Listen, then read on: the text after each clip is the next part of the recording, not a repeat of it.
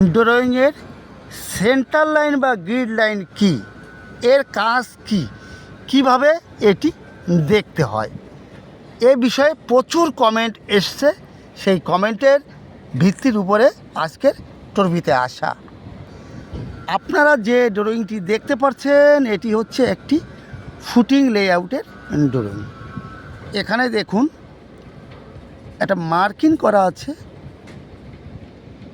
লেখা আছে RF on, অর্থাৎ ফুটিং নাম্বার 1। ফুটিংয়ের মার্কিংটা কোনটা? এই বাইরে বাইরে যে লাইনটা টানা আছে না, এটি আপনার ফুটিংয়ের লাইন।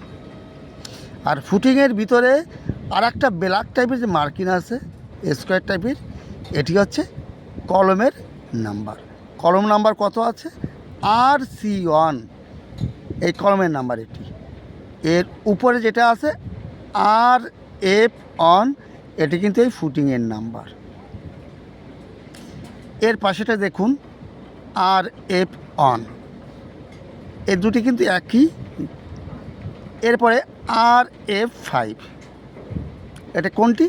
এটা ফুটিংয়ের নাম্বার। এটি এই বাইরে বাইরে যে লাইনটা টানা আছে এটি আপনার ফুটিংয়ের নাম্বার। আর ভিতরে এটা কলমের। আর কলম নাম্বার কত আছে? RC5। ক্লিয়ার? এবার দেখুন একটা ফুটিংয়ের ভিতরে একটাই কলম আছে, আর এখানে দেখুন একটা ফাউন্ডেশন, এর ভিতরে একাধিক কলম আছে। এই ফুটিংটা কিন্তু একটা ফাউন্ডেশন, একটা ফাউন্ডেশনের ভিতরে একটা কলম আছে। এখানেও তাই, একটা ফাউন্ডেশনে একটা কলম আছে, আর একটা ফাউন্ডেশনের ভিতরে কিন্তু একাধিক কলম আছে।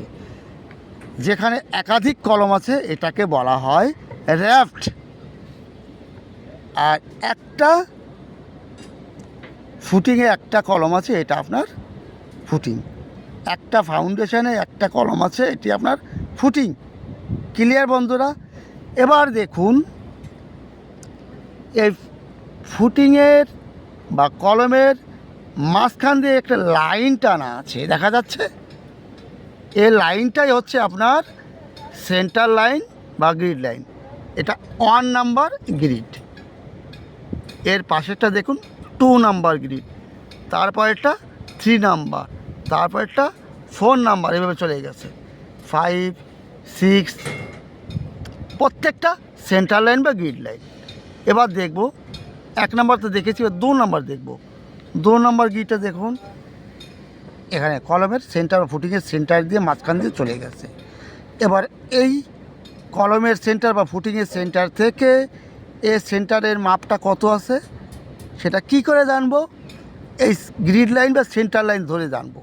দেখুন এই লাইন ধরে উপরে চলে যাব, আপনার 2 নাম্বার গ্রিড থেকে 1 নাম্বার গ্রিড এর মাপটা আছে 3800 mm।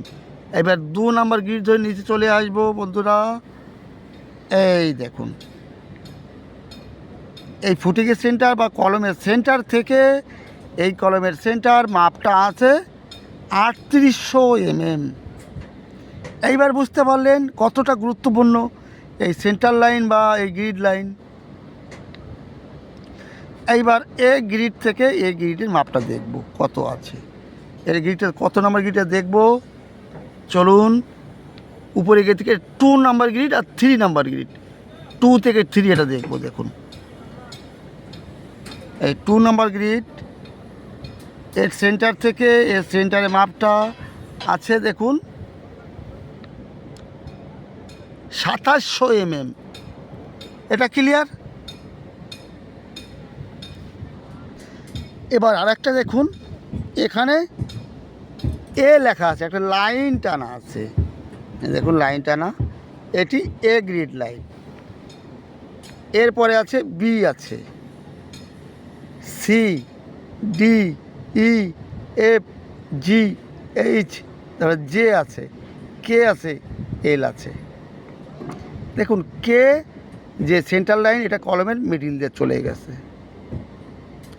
আর এখানে এম আছে, এটাও আপনার কলম বা ফুটিংয়ের মিডিল দিয়ে চলে গেছে, এটা গ্রিড লাইন বা সেন্টার লাইন। এইবার কে থেকে আপনার এ কলম থেকে এই আগের কলমের ডিস্টেন্সটা দেখব।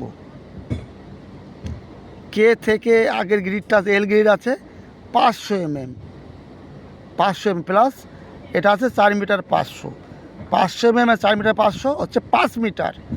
আপনার এ সেন্টার কলমের সেন্টার থেকে আগের কলমের সেন্টার মাপটা আছে 5 মিটার। তাহলে কলমের ভিতরে মাপটা কত হবে? এর জন্য আমাকে জানতে হবে কলমের সাইজ কত। আর কলমের সাইজ জানতে হলে কলম শিডিউলও জানতে হবে।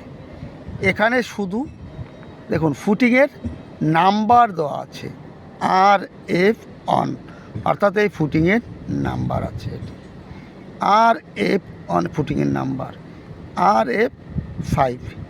এই ফুটিংয়ের সব ডিটেলস জানতে হলে আমাকে ফুটিং শিডিউলে যেতে হবে।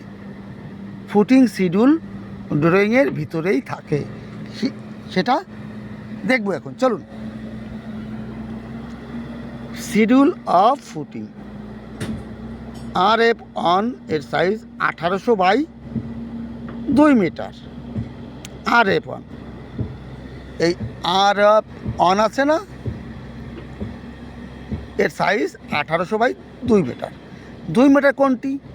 যেটা লম্বা আছে এটা 2 মিটার, যেটা একটু কম লম্বা আছে সেটা 1800। ক্লিয়ার? এটা লেন্থ, এটা ব্রিথ। এইবার এই RF5টা দেখব। এ দুটি কিন্তু একই সাইজের। RF5টা দেখব, চলুন গিয়ে দেখি। RF5 1600 by 1600। আপনার যে RF5টা আছে না, এটা 1600 mm বাই 1600 mm, একই সাইজের। লম্বা চওড়া আপনার একই সাইজ। এটা ক্লিয়ার, কোনো বুঝতে অসুবিধে নেই। এইবারে কলমের number RC1, RC5, RC5, RC1, RC1। এই কলমের সাইজ জানতে হলে আমাকে যেতে হবে কলম শিডিউলে। এই দেখুন কলমের শিডিউল, এটি সব কিছুই আপনার ড্রয়িংয়ের ভিতরে থাকে।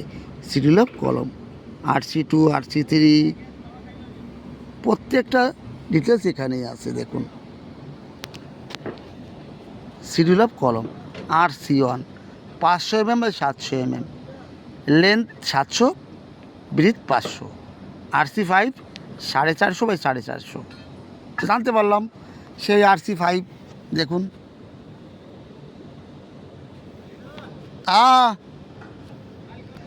ব্যাড সাউন্ডের জন্য দুঃখিত বন্ধুরা। এই RC5 যে কলমটি ছিল এর লেন্থ 450, ব্রিথ 450। RC1 আপনার এর সাইজ কিন্তু আলাদা আছে। RC1 এর সাইজটা আলাদা, 500 বাই 700 mm। RC1 এটা 500 আছে, 500 mm, আর লেন্থ আছে 700 mm। এইবার এই ফুটিংটা কীরকম হবে, কলমটা কীরকম হবে, দেখতে কীরকম হবে, এর জন্য আমাকে একটা সেকশন দেখতে হবে। সেখানে গেলে আমরা এর ডিটেলসটা পেয়ে যাব। সেকশন, এই সেকশন দেখলে আমরা এর কিভাবে করতে হবে সেটা আমি জানতে পারব। দেখুন এটি একটা সেকশন আছে, এটা আপনার ফুটিং, আর এটি আছে কলম। কলমের উপরে আবার বোল্ড আছে। এখানে আছে দেখুন এর টপ লেভেল দেওয়া আছে। টপ লেভেল কী আছে দেখুন, 0.00 লেভেল, 0.00 লেভেল থেকে এটা FFL লেভেল। 0.00 লেভেলটা হচ্ছে FFL, ফিনিশ ফ্লোর লেভেল।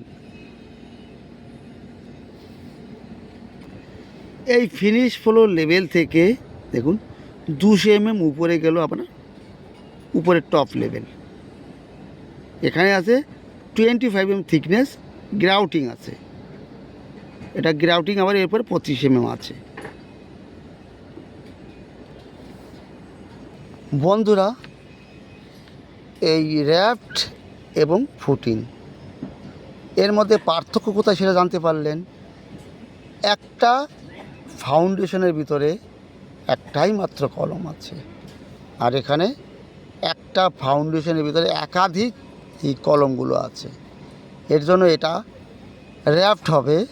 আর একটা ফাউন্ডেশনের ভিতরে একটাই কলম আছে, এটা আপনার ফুটিং। আর একটা জায়গায় দুটিও থাকতে পারে, তিনটিও থাকতে পারে, তবু এটা ফুটিং। আর একাধিক থাকলে সেটা আপনার র্যাফট হবে। ক্লিয়ার বন্ধুরা? তা যদি একটু ভালো লাগে কমেন্ট করতে ভুলবেন না। তাহলে রাখছি, সকলে ভালো থাকুন, সুস্থ থাকুন, আবার দেখা হবে। All the best.